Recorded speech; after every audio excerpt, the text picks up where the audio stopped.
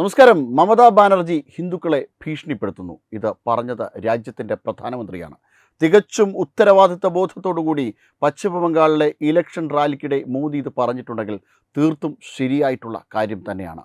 മമതാ ബാനർജി കാലങ്ങളായി ചെയ്തുകൊണ്ടിരുന്ന പരിപാടിയും ഇത് തന്നെയാണ്. അവിടുത്തെ ഹിന്ദുക്കളെ ഭീഷണിപ്പെടുത്തി തങ്ങളുടെ കയ്യിലുള്ള ഭീകരവാദികളുടെ ശക്തി ഉപയോഗിച്ചുകൊണ്ട് അവിടുത്തെ ഹിന്ദുക്കളെ ഭീഷണിപ്പെടുത്തിയാണ് കഴിഞ്ഞ കുറച്ചധികം ടൈമുകളായിട്ട് മമത അധികാരത്തിൽ വരുന്നുകൊണ്ടേയിരിക്കുന്നത്.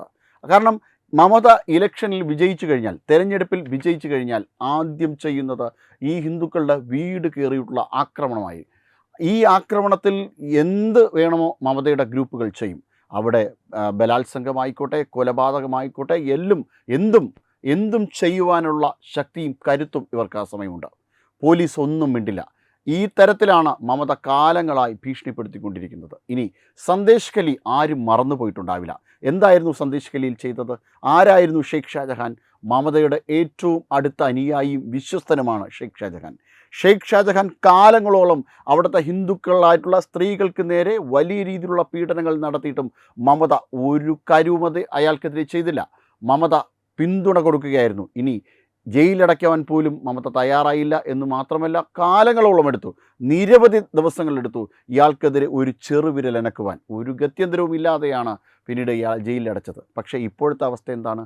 ഷെയ്ഖ് ഷാജഹാനെതിരെ മൊഴി കൊടുക്കാൻ പോയ ആളെ പോലും പകുതിയിൽ വെച്ച് തട്ടിക്കളയാൻ കഴിഞ്ഞു ഷെയ്ഖ് ഷാജഹാന്. ഇങ്ങനെ മമതയുടെ ഭീകരവാദികൾ അഴിഞ്ഞാടുകയാണ് പശ്ചിമ ബംഗാളിൽ. മമതയ്ക്ക് നേരിട്ടുള്ള കരാറുണ്ട്, നേരിട്ടുള്ള എഗ്രിമെൻ്റ് ഉണ്ട് എന്നാണ് നമ്മൾ മനസ്സിലാക്കുന്നത്. അതായത് ലഭ്യമാകുന്ന വിവരങ്ങളിൽ നിന്ന് മനസ്സിലാകുന്നത് ഈ ഭീകരവാദികളുമായിട്ട്, ബംഗ്ലാദേശി ഭീകരവാദികളുമായിട്ട് മമതയ്ക്ക് നേരിട്ടുള്ള കരാറുണ്ട് എന്നാണ് നമുക്കിപ്പോൾ ലഭ്യമാകുന്ന വിവരം. അതായത് JMB, ജമായത്ത് മുജാഹിദീൻ ബംഗ്ലാദേശ് എന്ന് പറയുന്ന ഭീകര സംഘടനയുമായിട്ട് മമതയ്ക്ക് അടുത്ത ബന്ധമുണ്ട്. ഇവരെ ഉപയോഗിച്ചുകൊണ്ട് ഇവിടുത്തെ ഹിന്ദുക്കളെ ഇപ്പോൾ ടാർഗറ്റ് ചെയ്യും എന്ന തരത്തിലുള്ള വിവരങ്ങളാണ് ലഭ്യമാകുന്നത്. ഇത്രയധികം ഭീകരവാദ പ്രവർത്തനം മമതയ്ക്ക് ചെയ്യുവാനുള്ള കരുത്തെവിടെ നിന്നാണ്?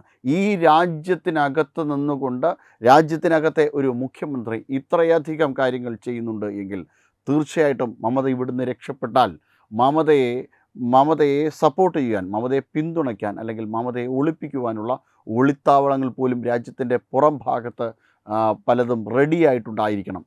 അല്ലെങ്കിൽ എങ്ങനെ ഇത്രയും ധൈര്യം അവർക്ക് കിട്ടി? രാജ്യത്തെ ഹിന്ദുക്കളെ ഭയപ്പെടുത്തുക. കാരണം അവരിത് കണ്ട് ശീലിച്ചതാണ്. ഷെയ്ഖ് ഷാജഹാൻ എന്താണ് പശ്ചിമ ബംഗാളിൽ ചെയ്തത് എന്ന്, എന്താണ് മമത പശ്ചിമ ബംഗാളിൽ കാണിച്ചു കൂട്ടിക്കൊണ്ടിരിക്കുന്നത് എന്ന് അവിടുത്തെ ഹിന്ദുക്കൾ അറിഞ്ഞതാണ്, അവർക്ക് പരിചയമുള്ളതാണ്. അതുകൊണ്ട് തന്നെ ഇവരെ ഭയപ്പെടാതിരിക്കുവാൻ ഒരു മാർഗവുമില്ല എന്നുള്ളതാണ്. അല്ലെങ്കിൽ നാളെ എന്താണോ ജമ്മു കാശ്മീരിൽ സംഭവിച്ചത്, ജമ്മു കാശ്മീരിലെ കശ്മീരി പണ്ഡിറ്റുകൾക്കിടയിൽ സംഭവിച്ചത്, അതുതന്നെ അവിടുത്തെ കാശ്മീരി ഹിന്ദുക്കൾക്കും സംഭവിക്കുമോ എന്ന് അവർ ഭയപ്പെടുന്നു. അതുകൊണ്ടാണ് പലപ്പോഴും മമതയെ അനുസരിക്കുവാൻ അവർ തയ്യാറാകുന്നത്. ഇങ്ങനെയാണ് പശ്ചിമ ബംഗാളിലെ ഇലക്ഷനുമായി ബന്ധപ്പെടുത്തുന്ന വിവരങ്ങൾ.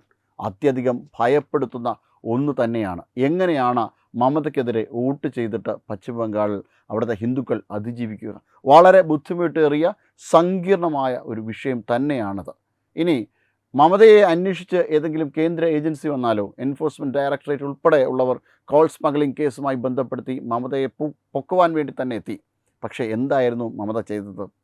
മമത അവരുടെ സംഘങ്ങളെ ഉപയോഗിച്ച്, അവരുടെ പോലീസിനെ ഉപയോഗിച്ചുകൊണ്ട് ഇവർക്കെതിരെ നീക്കം നടത്തുകയായിരുന്നു. എൻഫോഴ്സ്മെൻറ്റ് ഡയറക്ടറേറ്റിനെതിരെ നീക്കം നടത്തുകയായിരുന്നു. രാജ്യത്തെ ഉത്തരവാദിത്തപ്പെട്ട ഒരു മുഖ്യമന്ത്രിയുടെ ഭാഗത്തു നിന്നാണ് ഈ രീതിയിലുള്ള കാര്യങ്ങളൊക്കെയും ഉണ്ടായത്. ഇനി അധിക നാൾ മമതയ്ക്ക് ഇങ്ങനെ മുന്നോട്ട് പോകാൻ പറ്റില്ല. മമതയെ പൂട്ടുക തന്നെ ചെയ്യും, ഉറപ്പായും.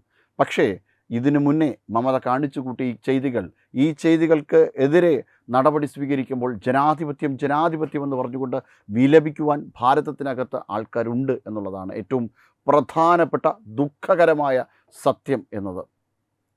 രാഹുൽ ഗാന്ധിയെപ്പോലുള്ള ആൾക്കാർ ഇത്തരം ഭീകരവാദത്തിന് കുടപിടിക്കുകയാണ്.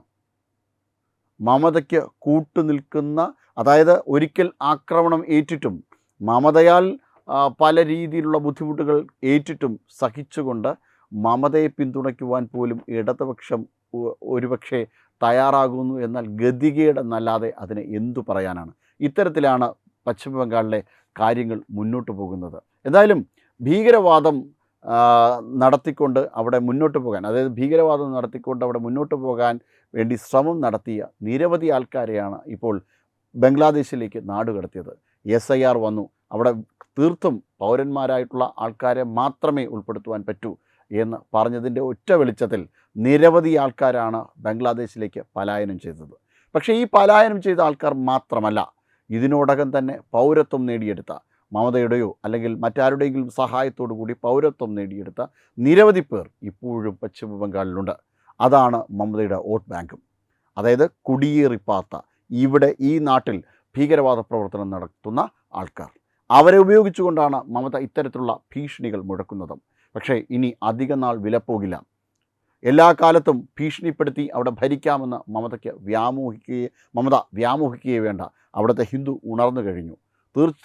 തീർച്ചയായും മമതയ്ക്ക് ഇനി ഒരു കാരണവശാലും അവരെ ഭീഷണിപ്പെടുത്തുവാൻ ആകില്ല. ആ മമതയുടെ ഭീഷണികൾക്കപ്പുറമാണ് ഇപ്പോൾ അവരുടെ ചിന്ത.